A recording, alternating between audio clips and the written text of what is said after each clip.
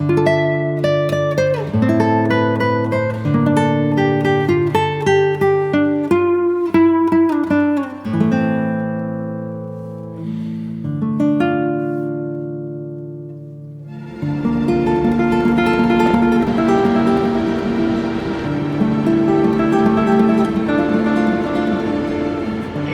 again climbing a high mountain.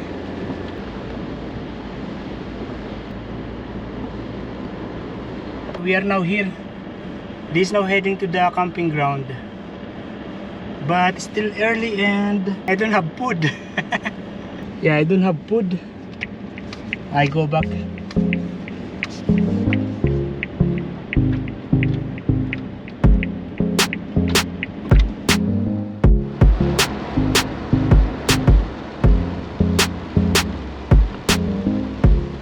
Yeah, I feel like this rain is snow, similar to those what I've experienced in snowy mountain, Mount Kosciuszko.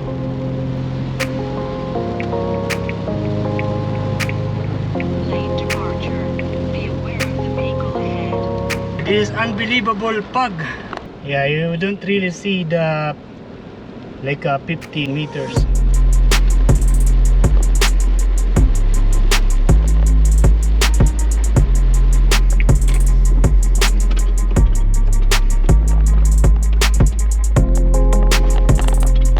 And we get down here in Blackheath Baptist Church.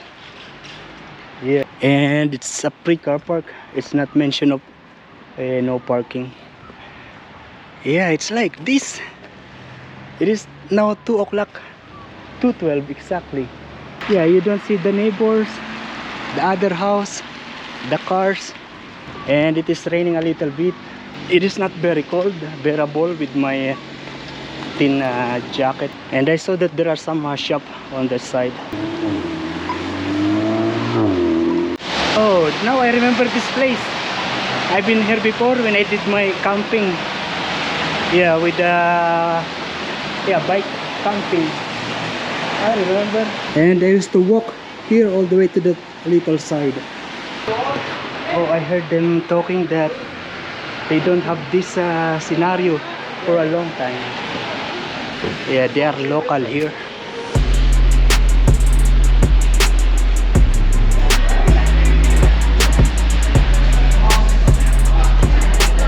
I am tempted to eat because later in the camping ground I won't be able to cook because of this. It is not good to be always like this, but it is good sometimes.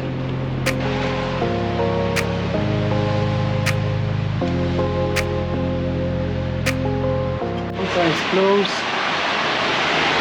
Also this one. Yeah, this also.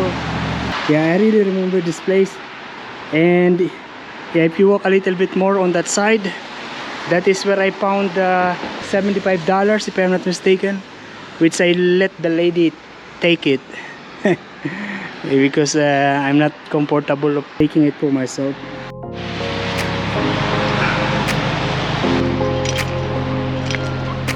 I bought this. I bought noodles and tuna.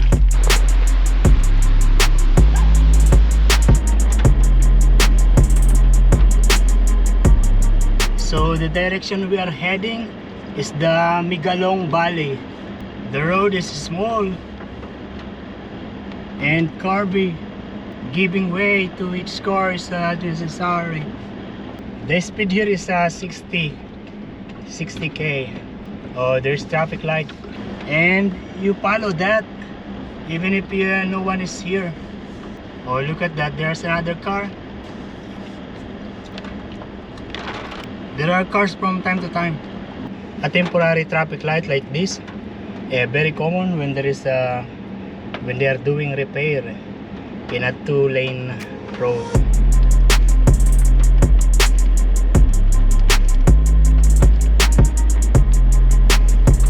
It is written on the ground, stop here on red signal.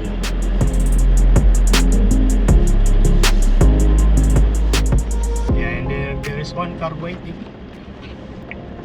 And this is our destination.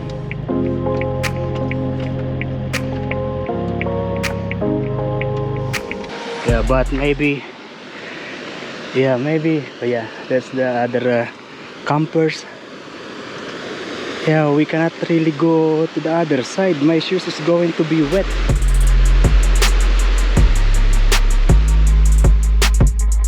Yeah, the water is really clear. Yeah, maybe it's drinkable too. So I'm going to stay here now in the car. The time now is what is the phone? Yeah, it's already 3:35. Hey, yeah, I'm going to stay here, edit some videos, computer works, and then tomorrow morning or later, I'm going to cook my noodles. Also boil some water. Or maybe I should boil now, since this one just need hot water. Yeah, I'm going to boil water now. And I already bought a lighter. Yeah, the lighter that is empty, I lost it. I don't know where is it. Maybe inside my backpack. But yeah, I lost it. I don't know where.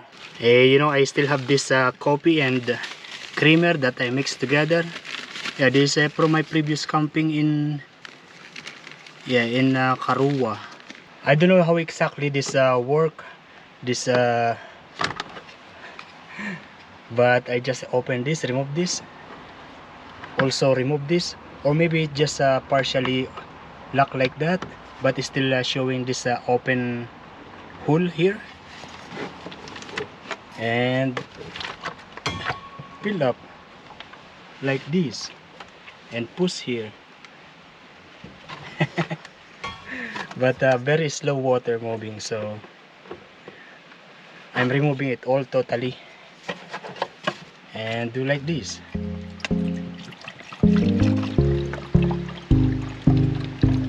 And lock it again, totally push, and then this, and there's no leakage. And this is almost empty. I don't know if I should use this. I don't know if this is enough to boil the water. Yeah, very less, so I'm not going to use that. I have this one pool. And do you know that you can buy only this thing? Yeah. And this one you can buy it in any outdoor store, outdoor activity store.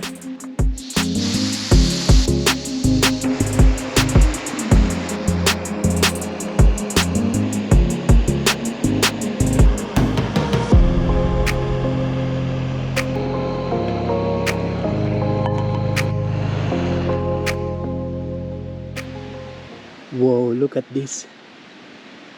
Yeah, so basically very hot, and it touched each other and now melted like this. No good. Yeah, this is enough for one coffee. Oh, actually I'm going to cook this rice. Yeah, all the rice. Yeah, and when I cook rice, I measure it like one.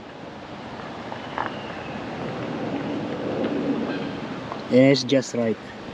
You don't need to throw water, you don't need to add water.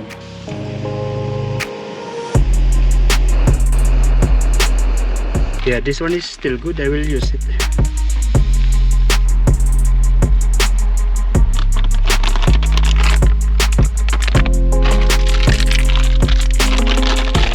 And you know, this rice that I cook, it smells burn. Actually burn, but still edible. Yeah, because I did not control the fire. It's very hot, very strong fire. It's not about the water is just right, it's just the fire. I did not control it, but I'm going to eat it later. I'm not hungry yet. I need to take this yeah, and socks. I'm sure it is going to be very cold here tonight, so I need to change my outfit. I hope that there is no really a mosquito here. I'm going to put it down now. Also this one, so that the mosquito won't come in.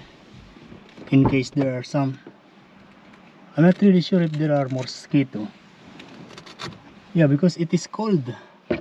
Usually mosquito is in the humid place. Most of insect, they like a humid place. It's still early. Yeah, it's still 4:27. And I'm going to eat now. I have that light here, look. Yeah, that's my light. But still not enough. Should put it here. Yeah, like that. Temporary. And what I'm going to eat is this tuna. And this rice. Yeah, the rice is cooked good. But there's a little smell of burn. I can see the tent of the young couple. They are in a pond.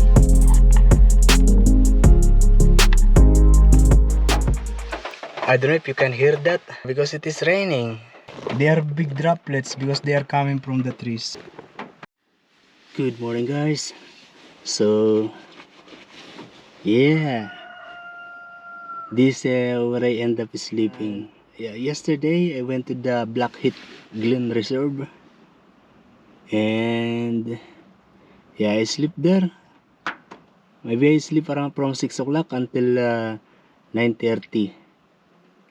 Yeah, at 9:30 I wake up in the... Actually, when I sleep it was already raining slowly, but there are big droplets of water coming from the trees. I sleep and wake up to that. And then later on I can't sleep anymore because yeah, it was annoying, that big droplets of the rain. Yeah, and so I decided to come here.